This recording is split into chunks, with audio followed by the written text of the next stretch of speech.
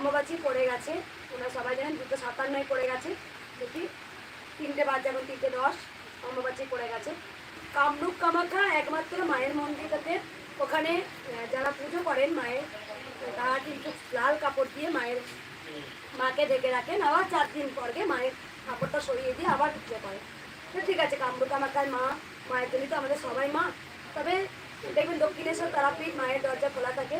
এটুকু বলবো, মায়ের মুখ কেউ বন্ধ করবেন না, মাকে কষ্ট দেবেন না, মাকে সেবা দেবেন, 4 দিন উপোস করে রাখবেন না, আর মায়ের মুখ কেউ ঢাকা রাখবেন না।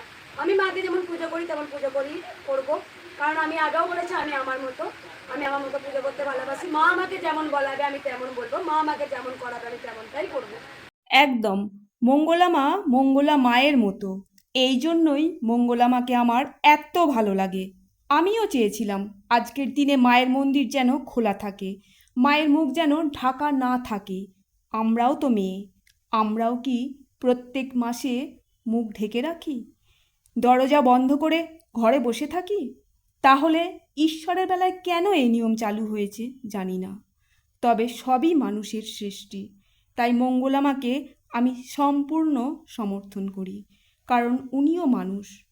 বর্তমান যুগে অর্থাৎ এই কলিযুগে উনিও যেটা প্রচলন করলেন, আমার মনে হয় আগামী দিনে ঘরে ঘরে মঙ্গলা মায়ের বলা এই নিয়মই চলবে।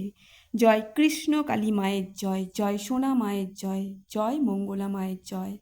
আজকের দিনে কৃষ্ণকালী মায়ের ভোগ দর্শন করুন। ভোগ দর্শনে অনেক দুর্ভোগ কাটে। সবাই ভালো থাকুন, সুস্থ থাকুন, আনন্দে থাকুন, আর মন প্রাণ ভরে কৃষ্ণকালী মাকে দর্শন করুন। আর কিন্তু মায়ের খিচুড়ি ভোগ হয়েছে না, খিচুড়ি ভোগ, ভেন্ডি ভাজা, পটল ভাজা আর আলুর দম। আর মাকে দেখো প্রথমেই সকালে আজকে আমার দুধ মাখা আমার মহাদেবটা দিল, আমি মেয়েকে মাকে সেবা দিয়েছি, মেয়েকে দিয়েছিলাম সেকে, মাকে তো সেবা দিয়ে বেরিয়ে গেলো।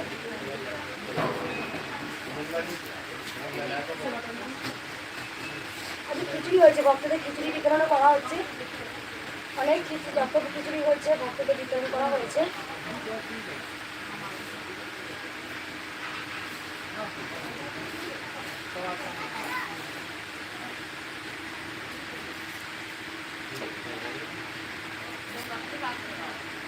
আরে রনিদা আসেনি না